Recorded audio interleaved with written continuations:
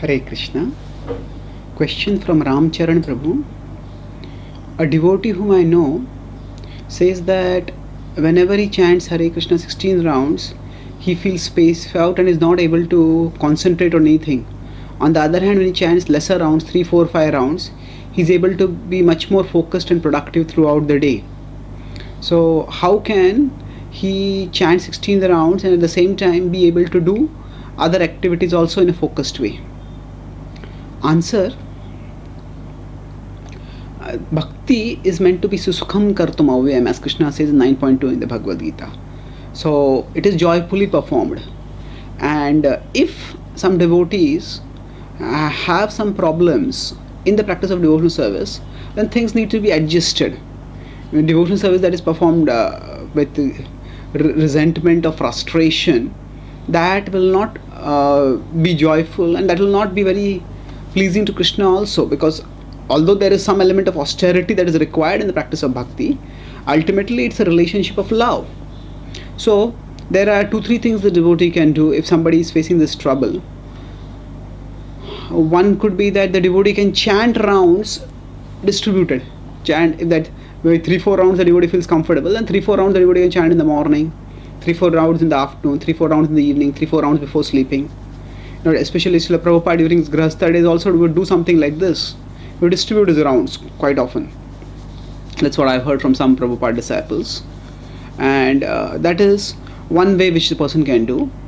And another is that somebody can chant at that level 4 rounds and then gradually increase the round till one feels comfortable.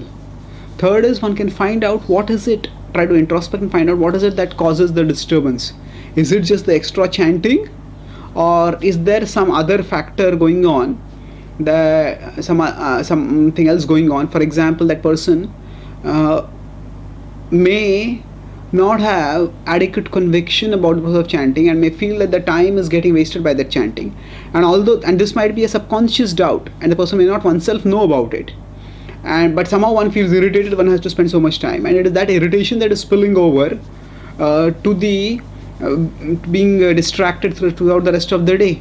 So then reading more about the glories of the holy name can also help. Another factor could be that one can chant upankshu. There are 3 kinds of chanting. There is vachika, upankshu and manasa. Manasa is chanting in the mind. Vachika is loud chanting.